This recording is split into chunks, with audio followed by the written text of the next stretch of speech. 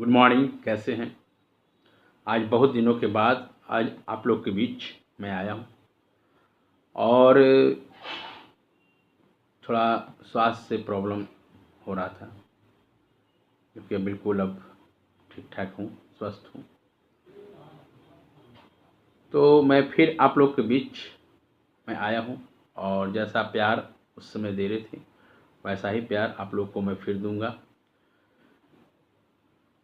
ताकि कोई भी आपकी आगामी परीक्षाओं में आपको कोई भी दिक्कत का सामना न करना पड़े। तो आज मैं जो बताने जा रहा हूँ काफ़ी महत्वपूर्ण टॉपिक है, जिसके जानने के लिए आप लोग बेसब्री से कभी आप गूगल सर्च करते हैं, कभी आप इंस्टाग्राम सर्च करते हैं, कभी आप ऐसे कई सारे सोशल मीडिया प्लेटफॉर्म हैं जिसके आप लोग सर्च करते होंगे। और कोचिंग में भी आप लोग जानकारियाँ लेने के लिए चाहते होंगे, लेकिन बिल्कुल आपको टीचर जो है, शिक्षक जो होते हैं, वो कुछ टीचर जो होते हैं वो अपने मन मुताबिक ही पढ़ाते हैं, जो बच्चों को पूछने की आज़ादी बहुत कम देते हैं। तो आइए मैं बताने जा रहा हूँ। कोई भी कोचिंग में पढ़िए और शिक्षक लोगों से मैं अनुरोध करता हूँ, विनम्र निवेदन करता हूँ कि बच्चों लोगों को पूछने की आज़ादी दी जाए, तभी आप सफल योग्य शिक्षक होंगे। तो आज का जो मैं टॉपिक लेके आया हूँ, काफ़ी कम शब्दों में इम्पॉर्टेंट क्वेश्चन मैं बताने जा रहा हूँ। तो कलिंग युद्ध के बारे में आप जानते होंगे। तो कलिंग जो युद्ध है उसके बारे में मैं बताऊंगा कि कलिंग युद्ध का जो अशोक पर क्या प्रभाव पड़ा, और यह अशोक जो है बौद्ध कैसे हुआ। क्वेश्चन काफ़ी इम्पोर्टेंट है कि अशोक बौद्ध कैसे हुआ। उसके बारे में काफ़ी आप लोग सोचते होंगे कि कैसे हुआ, उसकी जानकारियाँ बहुत कम लोगों को जानकारियाँ मिल पाती हैं। तो मैं बहुत काफ़ी एक्सप्लेन से बता देता हूँ, क्लियर कर देता हूँ कि अशोक कलिंग पर विजय प्राप्त करना चाहता था और एक विशाल सेना के साथ में उसमें ने दक्षिण की ओर प्रयाण किया। ठीक है। और प्रयाण करने के पश्चात अत्यंत भयंकर युद्ध हुआ। क्या हुआ? अत्यंत भयंकर युद्ध हुआ था। और अत्यंत जो भयंकर जब युद्ध हुआ तो उसमें हमको लगता है कि रण क्षेत्र में 1 लाख व्यक्ति मारे गए थे और 1.5 लाख बंदी हुए तथा उसने कई गुना अधिक घायल हो गए थे। बहुत से सैनिक पंगु बन गए। तो अशोक के 13वें जो शिलालेख होते हैं,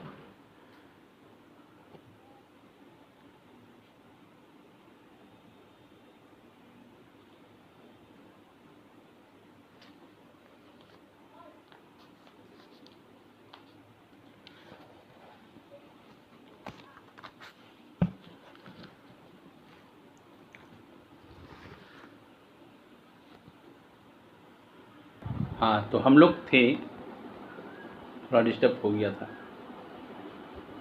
तो हम लोग जो थे, बात को मैं बताने जा रहा हूँ कि अशोक के 13वीं, क्या बोले, अशोक के 13वें शिलालेख में हम इस युद्ध की भीषणता वर्णन पाते हैं। जानते क्या वर्णन पाते हैं? इतना भारी रक्तपात, तबाही जो हुआ, मैं क्या बताऊँ, उसका वर्णन नहीं कर पाऊँगा। अशोक का हृदय बड़ा शोक उत्पन्न हुआ, उसे युद्ध की घृणा हो गई और उसने जीवन भर कभी युद्ध न करने की प्रतिज्ञा की। कौन? पता है? अशोक। और एक बौद्ध भिक्षु की अहिंसात्मक शिक्षा का उस पर बहुत गहरा प्रभाव पड़ा। और वह बौद्ध धर्म के अनुयायी हो गए।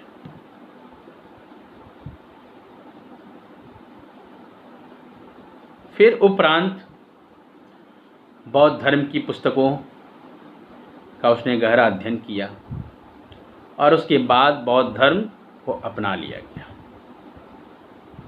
तो इस प्रकार कलिंग युद्ध के बाद तलवार सदा के लिए म्यान में रख दी गई और राज विस्तार की नीति का परित्याग कर उसने दिग्विजय के स्थान पर अपना लक्ष्य धर्म विजय बनाया।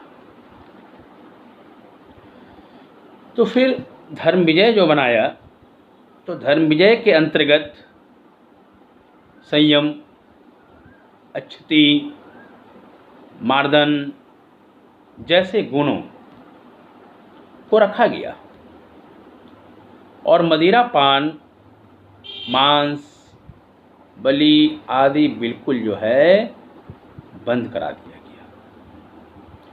संयम विचारों की पवित्रता, कृतज्ञता, दया, दान, सत्य, सेवा, सहायता, भक्ति, स्वच्छता और एवं श्रद्धा आदि पर ज़्यादातर जोर दिया गया। उसने अब देवानाम प्रिय और प्रियदर्शी,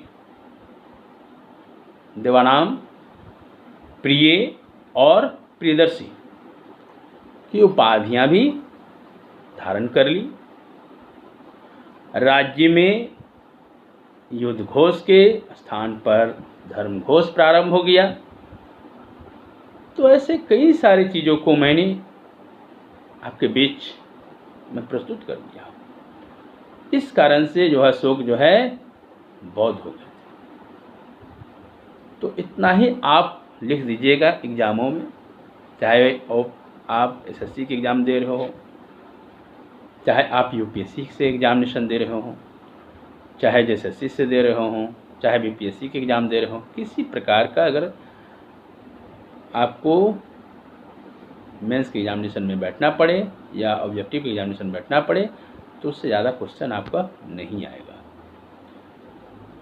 तो मैं फिर आपके बीच एक नए टॉपिक के साथ मैं आऊँगा और अब मैं स्वस्थ हो चुका हूँ बिल्कुल। आपके बीच में अब जैसे कंटिन्यू वीडियो लाता था, फिर मैं लेते आऊँगा। मुझे फिर पुनः इजाज़त दीजिए, मैं फिर आऊँगा। जय हिंद, जय भारत।